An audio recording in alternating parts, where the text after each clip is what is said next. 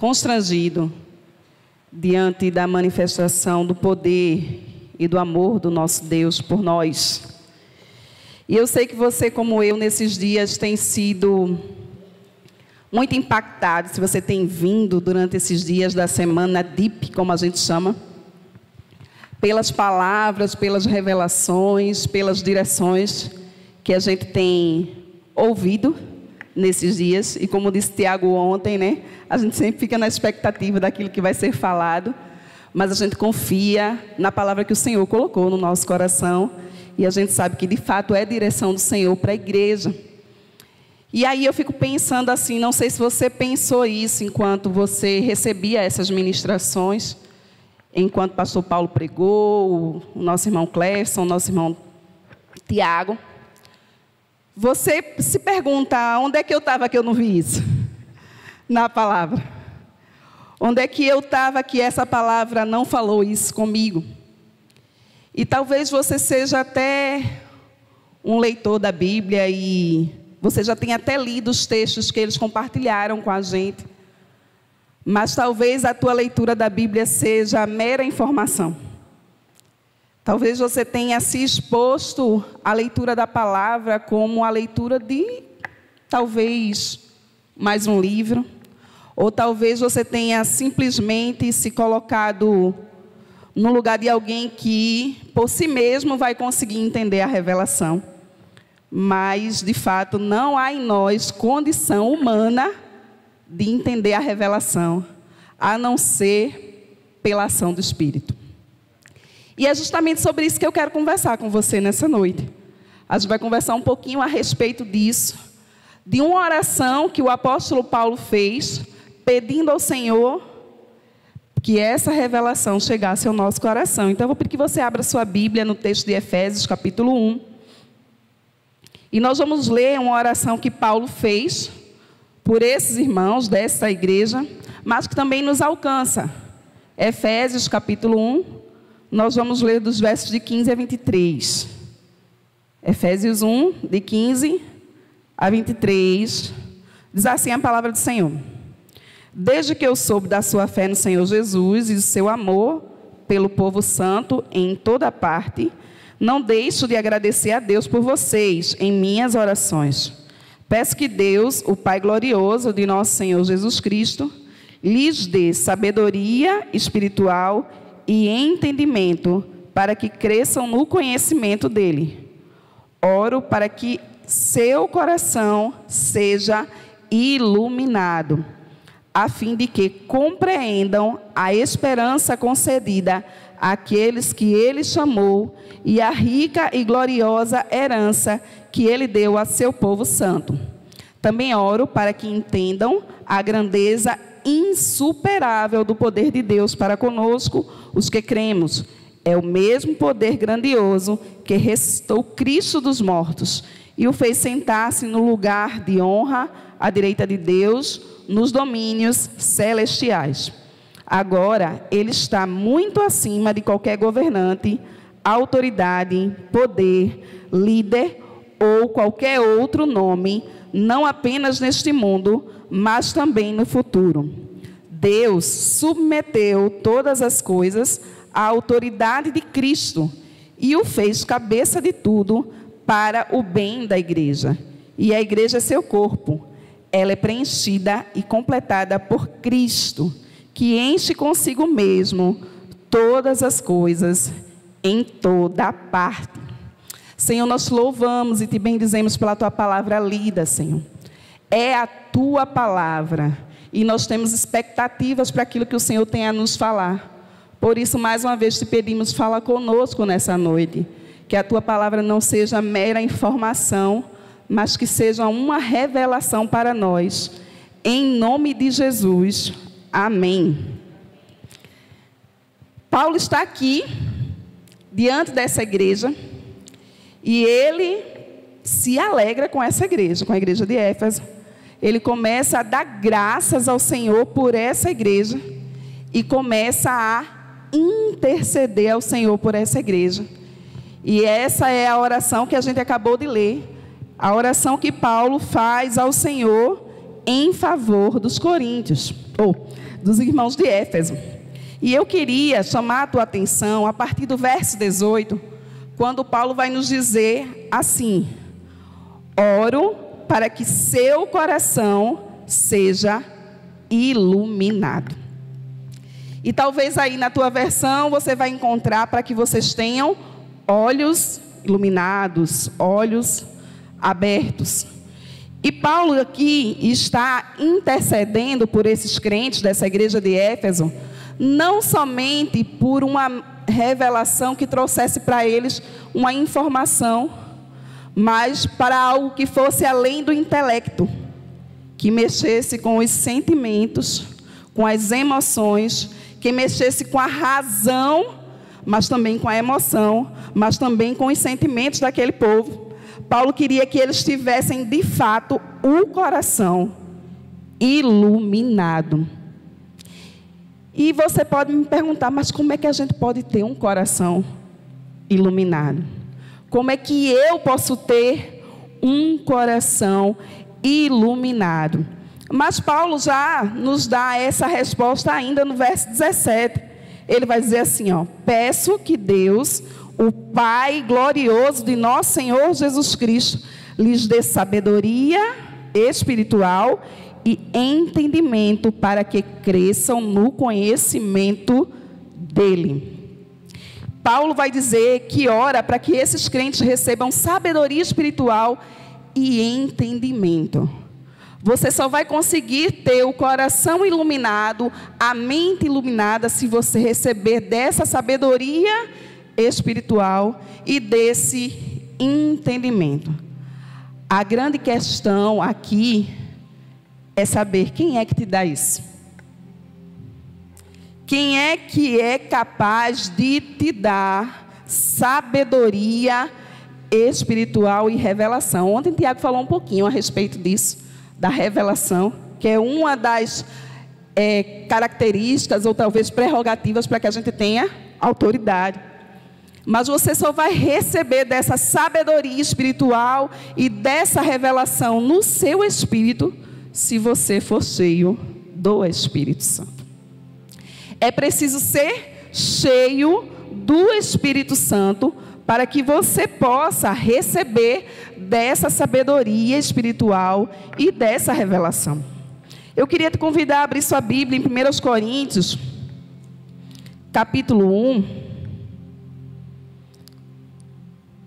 e acompanhar a leitura dos versos de 9 a 16. Diz assim a palavra do Senhor. 1 Coríntios 1, de 9 a 16. Deus é fiel e Ele os convidou a ter comunhão com seu Filho Jesus Cristo, nosso Senhor.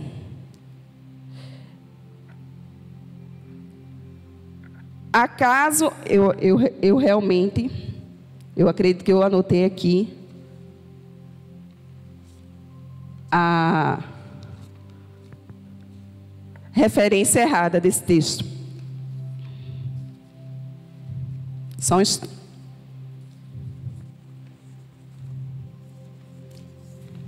Eu queria que você orasse por mim nessa hora. Em nome de Jesus.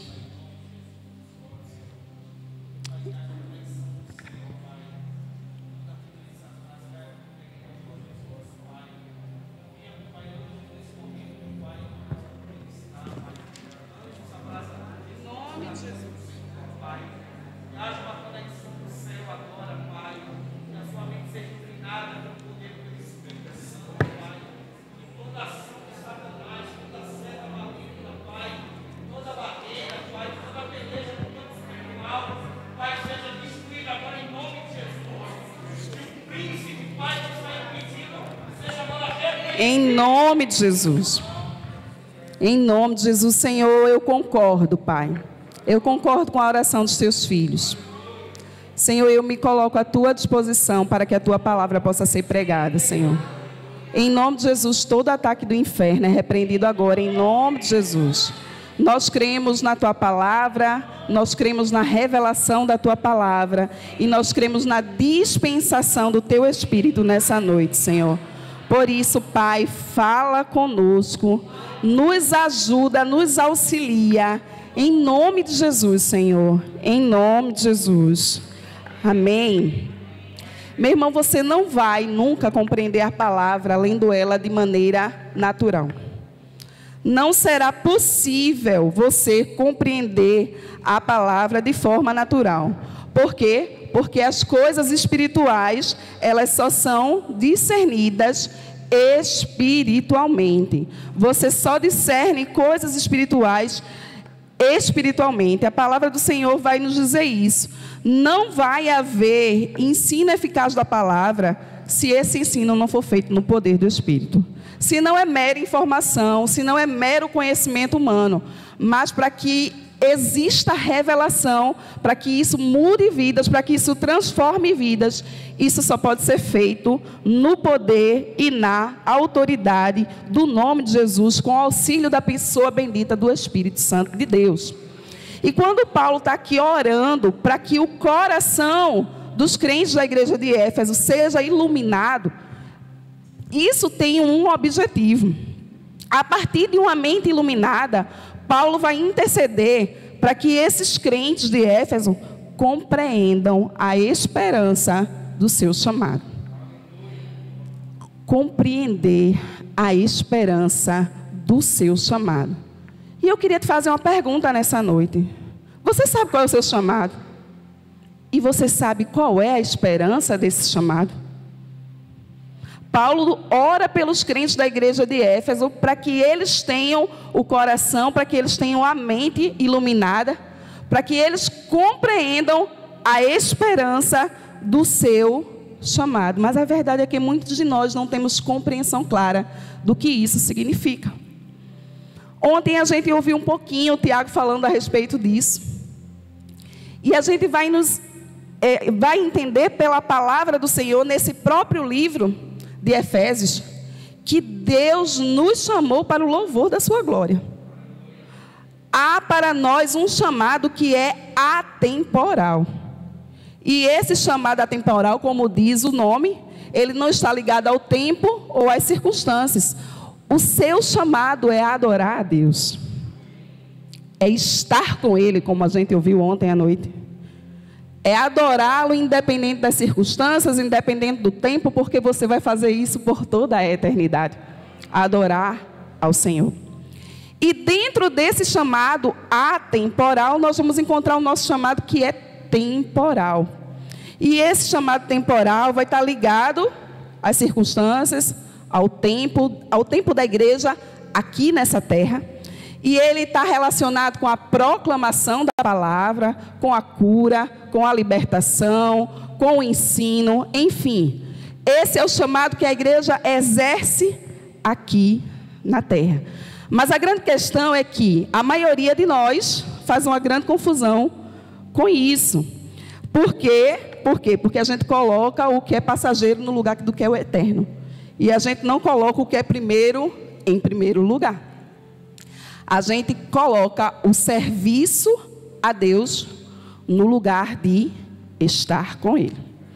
A gente coloca o ministério que a gente exerce no lugar de estar em adoração, no lugar de estar em sua presença. E isso acontece, essa confusão acontece na nossa vida, sabe por quê? Porque justamente nós não sabemos qual é a esperança do nosso chamado. A Bíblia nos diz que se a gente espera em Cristo somente nesta vida, nós somos o mais miserável de todos os homens. Eu não sei se você já prestou atenção nessa expressão.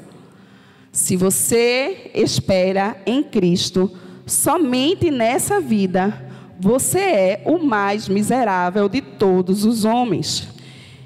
E eu, só para trazer uma impressão mais drástica para você, a palavra miserável significa excessivamente pobre, paupérrimo, desprovido de valor, de importância, reles, de tamanho inexpressivo, minúsculo, ínfimo.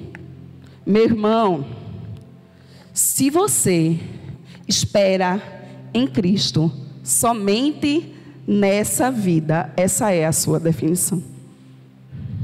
Diga aí para o seu irmão: não seja um miserável. Não seja, em nome de Jesus. Você não deve e não pode esperar em Cristo somente nessa vida. Sabe, aquilo que a gente faz para Deus, de fato, faz parte do nosso chamado, mas não é o nosso chamado em si. Nós temos uma esperança de uma vida eterna, de uma vida futura, onde estaremos para sempre com Ele. E segundo ouvimos aqui em uma das proclamações nesta igreja, nós estaremos a eternidade conhecendo ao Senhor e adorando ao seu nome. A tua vida não se resume somente àquilo que você está fazendo aqui na terra para Deus.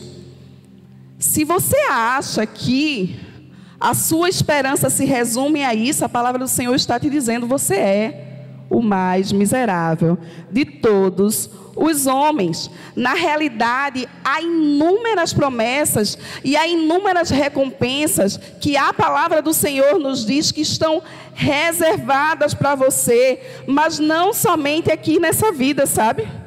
Elas vão transpassar para uma vida vindoura, uma vida futura. E você precisa colocar os seus olhos nisso. Você tem que ter os olhos na eternidade. A gente canta algumas canções, mas a gente não tem muita noção daquilo que a gente está cantando. Nós cantamos enquanto dizimávamos, enquanto ofertávamos, que o nosso coração queima, que o nosso interior deseja o dia da tua volta, o dia do nosso encontro. Agora, será que isso de fato é verdade? Será que de fato o nosso coração queima e o nosso interior deseja o dia da volta e o dia do nosso encontro? Meu irmão, em nome de Jesus, eu quero te dar um tempo agora para que você ore. Fecha seus olhos e coloca sinceramente o teu coração diante de Deus. Começa a dizer para Ele, de fato, aonde está o teu coração nessa hora? O que é que você tem desejado? O que você tem ansiado? Se de fato é a volta do nosso Senhor Jesus Cristo. Se Ele, de fato, é o que você deseja. Se Ele, de fato, é o que você anseia. Comece a pedir perdão se coisas e pessoas têm tomado o lugar do desejo pela volta de Cristo. Se projetos desse mundo têm tomado lugar, você precisa compreender a esperança do seu chamado. A minha esperança em Cristo tem que se pôr para uma vida que é além desta. Senhor, em nome de Jesus, nós desejamos ansiar pela Tua vinda. Nós desejamos, de fato, esperar a Tua vinda e apressar a Tua vinda. Pai, nos perdoa, Senhor, se o nosso coração não tem queimado por isso. E nos ajuda, de fato, desejar, ansiar e dizer: Maranata, ora vem, Senhor Jesus. Senhor, nós estamos com o coração diante de Ti arrependido e desejamos arder pela Tua volta, em nome de Jesus. Amém. Muitos de nós estamos mentindo diante de Deus enquanto cantamos, mas hoje é uma noite de se arrepender. Hoje é uma noite de compreender a esperança do nosso chamado. Existem alguns cristãos que têm um certo grau de dificuldade de ler o livro do Apocalipse. Eu não estou falando somente porque é um livro complicado de ler, porque é um livro cheio de figuras, de alegorias. Mas tem gente que tem medo de ler o Apocalipse. Você já pensou por que talvez você tenha medo disso? Porque você não conhece a esperança do seu chamado. Você não conhece a revelação. Porque Apocalipse é revelação. E você só entende a revelação se você for cheio do Espírito. Aquele que faz da adoração a Deus o seu primeiro chamado vai ser cheio desse Espírito e vai poder compreender a revelação e a esperança do seu chamado. Paulo ainda ora pedindo que os crentes compreendam a riqueza da sua herança. Observa ainda no verso 18, Paulo vai dizer exatamente isso. Oro para que compreendam a riqueza da sua herança. O resultado de ter os olhos iluminados, entender a esperança do nosso chamado, mas também compreender a riqueza ou glória da herança de Deus. Sabe, Paulo primeiro estavam orando por esses cristãos para que eles compreendessem que eles eram a própria herança de Deus. Meu irmão, você é a própria herança de Deus. O Senhor nos diz isso na sua palavra. Em Efésios capítulo 1, verso 11, o Senhor vai nos dizer isso. Abra sua Bíblia aí em Efésios 1, verso 11. A palavra do Senhor vai nos dizer isso. Além disso, em Cristo, nós nos tornamos herdeiros de Deus, pois Ele nos predestinou conforme seu plano e faz que tudo ocorra de acordo com a sua vontade. E o verso 14 nos diz: o Espírito é a garantia da nossa herança, até o dia em que Deus nos resgatará como sua propriedade, para o louvor da sua glória. Sabe, nós somos a propriedade de Deus e você precisa compreender isso. Neste ano que se inicia, você precisa compreender qual é a riqueza da sua herança. Você é a própria herança de Deus. Você foi resgatado por Cristo. A igreja é o prêmio de Cristo na cruz.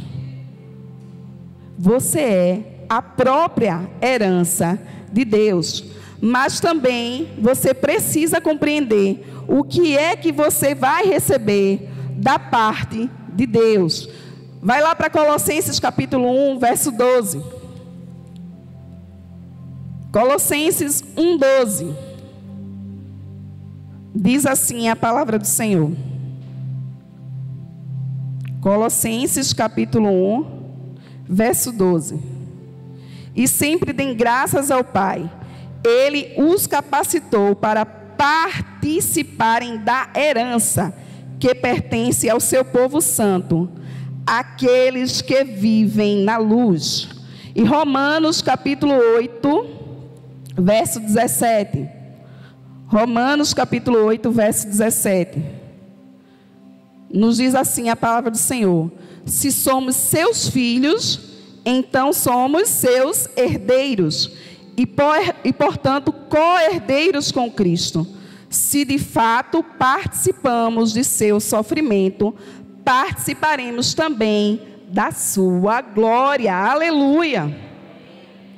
Essa é a riqueza da sua herança. Você é herdeiro de Deus, co-herdeiro com Cristo. Se você se tornou participante dos sofrimentos com Cristo, você também se tornará participante da sua herança. É isso que a palavra de Deus está nos dizendo. E você precisa compreender isso. Muitas vezes, como a gente ouve ministrações, nós estamos fazendo campanha para coisas que a gente já recebeu. Você está diante de Deus pedindo coisas que já são suas, que Cristo já conquistou por você na cruz. A Bíblia nos diz nesse mesmo livro de Efésios que nós já fomos abençoados com toda a sorte de bênçãos espirituais. Você não precisa estar mendigando coisas, você já as recebeu em Cristo. A grande questão é que você ainda não compreendeu a riqueza do seu chamado. E eu não estou falando somente desta vida. Você ainda não compreendeu a riqueza da sua herança. Você tem uma herança para essa terra, é verdade. Nós nos lembramos de Pedro perguntando a Jesus: Jesus, a gente vai deixar tudo. E o que é que a gente vai ganhar? Ele disse: olha, aquele que deixar tudo, abandonar pai, mãe por mim, você vai ganhar 100 vezes mais tudo isso. Casa, paz, parentes, família, com perseguições, mas vai ganhar tudo isso. Essa é uma promessa para essa vida, mas há heranças vindouras. Meu irmão, seus olhos precisam estar nos céus e compreender a riqueza dessa herança. Às vezes você fica tão preso às circunstâncias desse mundo, porque você ainda não entendeu a eternidade. Você ainda não entendeu a riqueza que está reservada para você na eternidade. Eu quero mencionar somente algumas delas e você vai dando glória a Deus aí, crente, em nome de Jesus.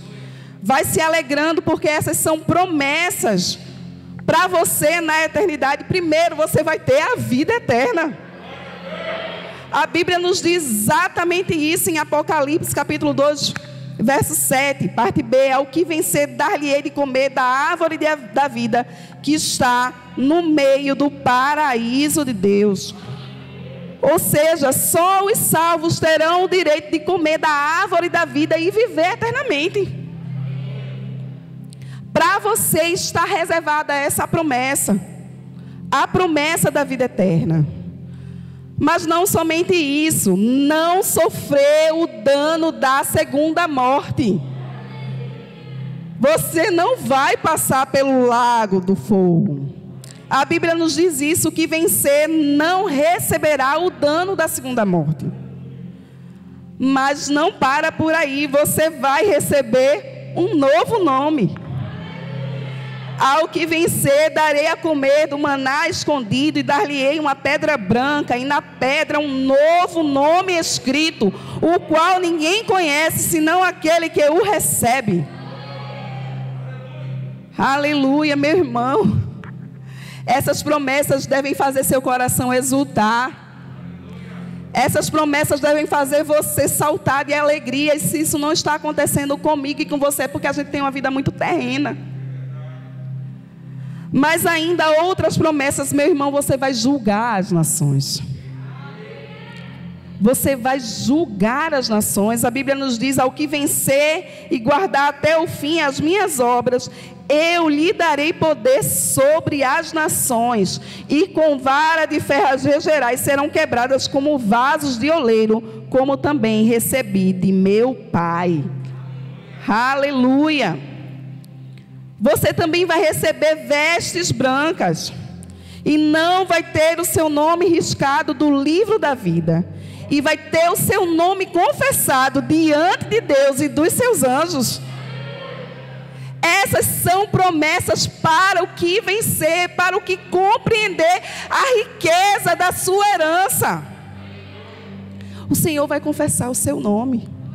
O seu nome vai ser confessado diante de Deus, diante dos anjos.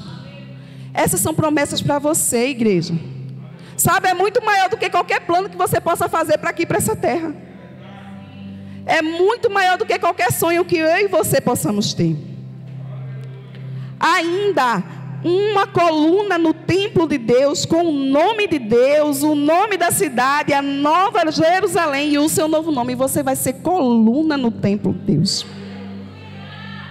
Essa é uma promessa para você, para a igreja do Senhor.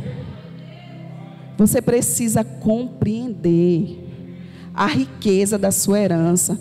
Essa vida vai se tornar muito pequenininha, e as adversidades que a gente enfrenta aqui não serão nada, como a própria palavra nos diz, comparadas à riqueza da glória que nos está reservada.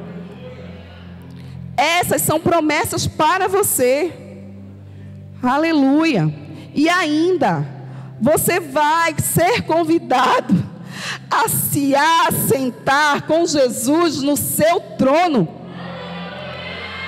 Ao que vencer, lhe concederei que se assente comigo no meu trono, assim como eu venci e me assentei com meu Pai no seu trono. Apocalipse 3, 21. Essas são promessas para mim e para você. São promessas que estão reservadas para aquele que vencer, para aquele que compreender a riqueza da sua herança.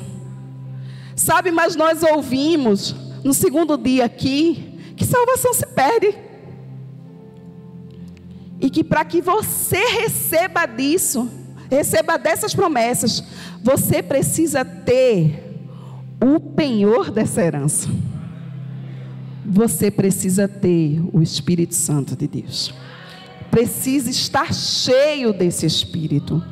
Sabe, essas são promessas que foram alcançadas e conquistadas por Cristo para a sua igreja. Mas só desfruta delas aquele que está cheio do Espírito. Aquele que permanece fiel. Aquele que compreende a riqueza da sua herança. Meu irmão, quando você compreende a riqueza da sua herança, todas as demais coisas não fazem mais sentido. Tudo que você possa conquistar e alcançar aqui nessa terra.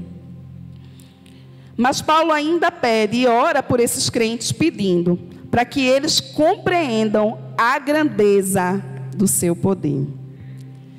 E isso talvez seja algo que esteja nos faltando no evangelho que pregamos nos dias de hoje.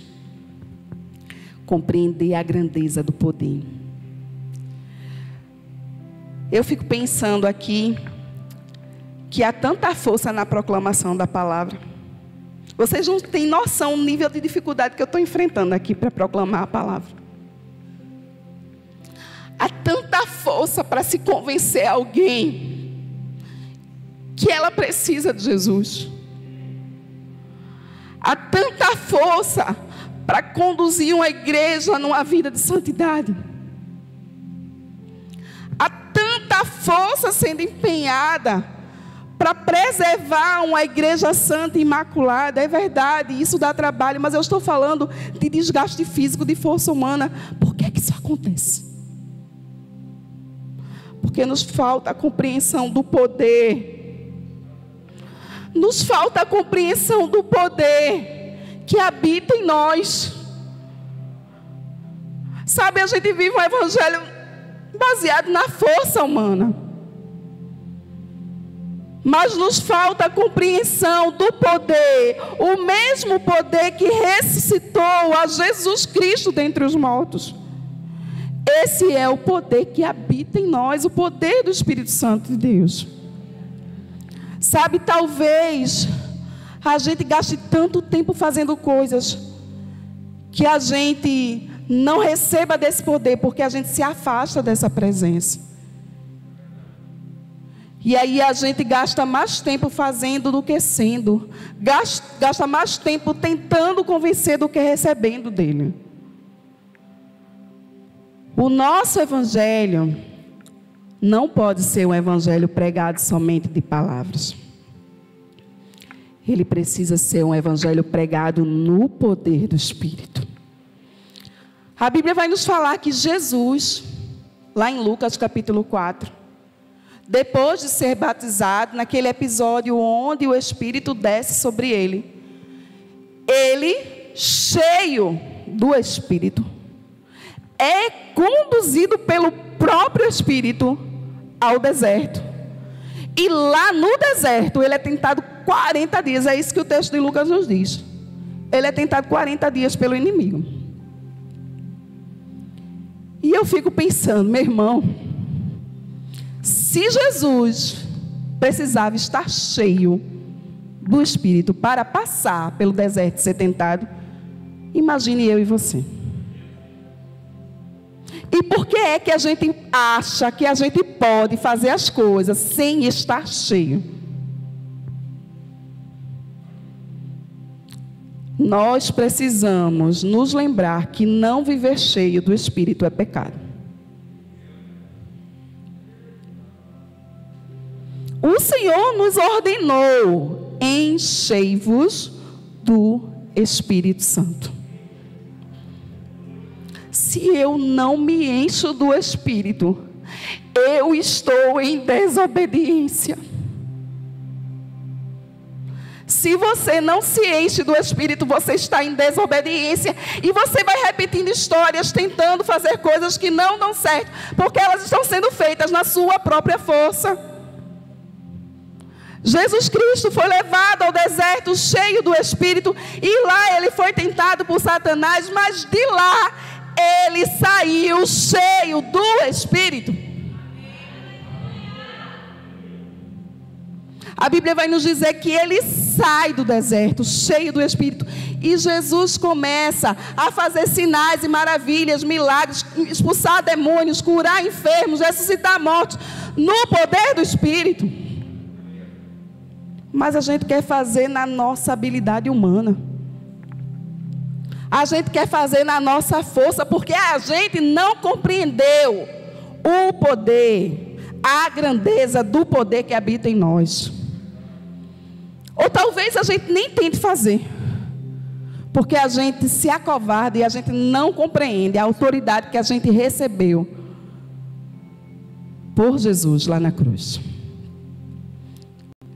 O nosso evangelho tem que deixar de ser falácia e começar a ser uma demonstração do poder.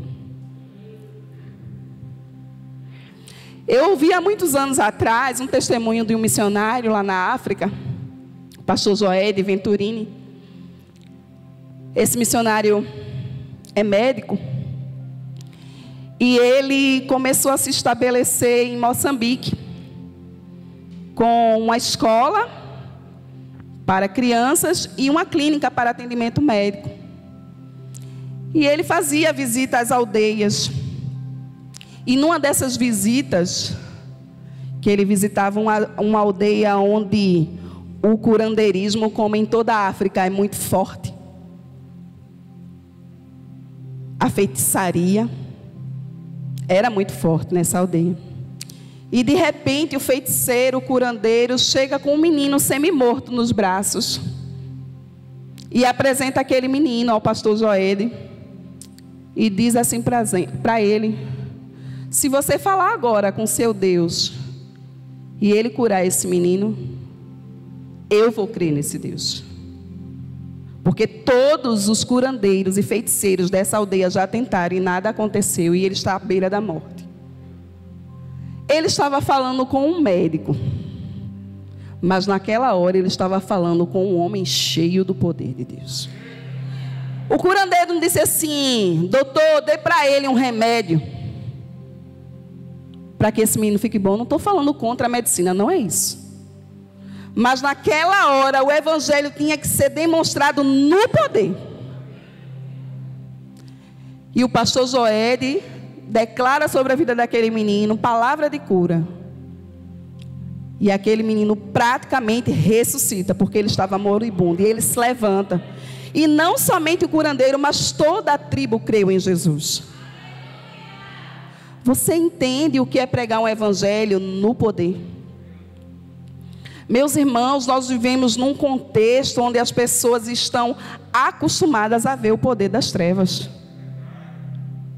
Aqui na nossa comunidade, as pessoas estão acostumadas a fazer trabalho para ver fulano se separar, para ver fulano morrer.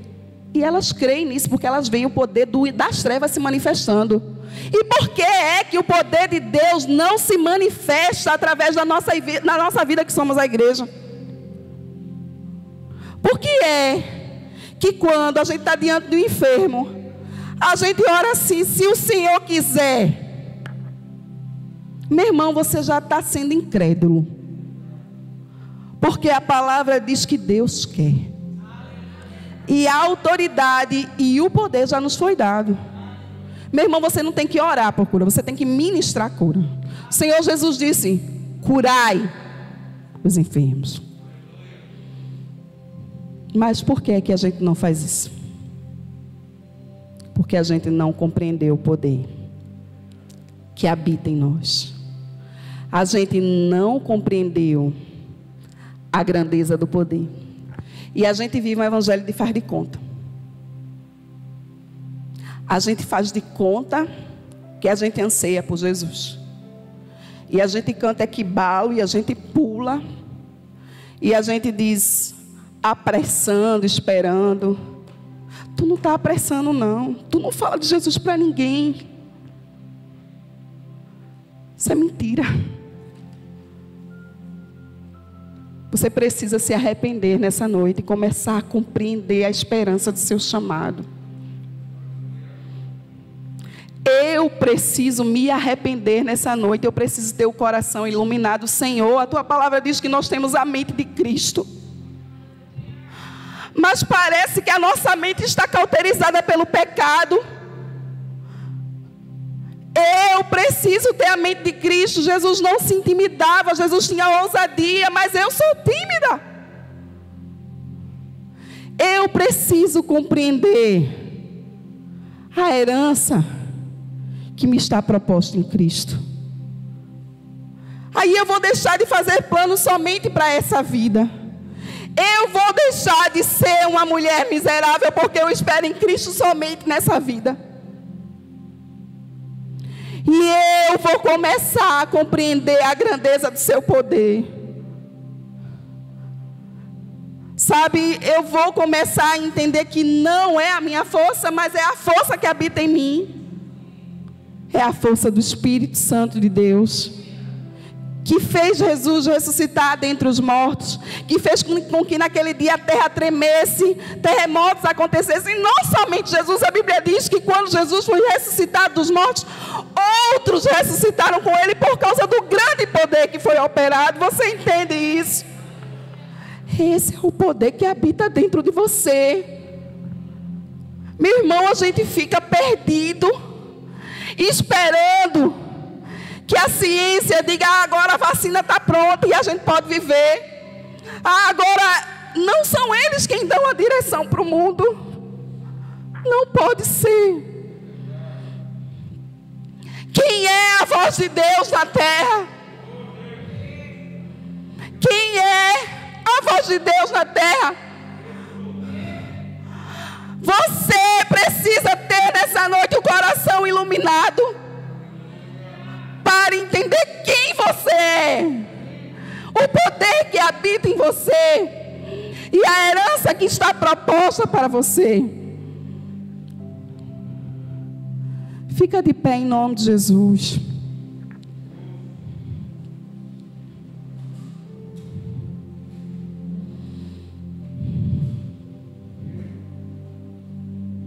Você tem tentado todos os anos cumprir promessas. Talvez você faça uma lista de pedidos e comece a dizer, Senhor, eu quero fazer isso, eu quero adquirir aquilo. Rasga isso hoje e peça somente a Ele uma coisa. Senhor, eu quero ter o coração iluminado para compreender quem eu sou em Ti, para compreender a esperança do meu chamado, para compreender o poder que habita em mim, para que Teu Evangelho faça sentido na terra.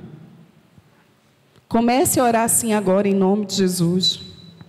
Comece a declarar isso em nome de Jesus.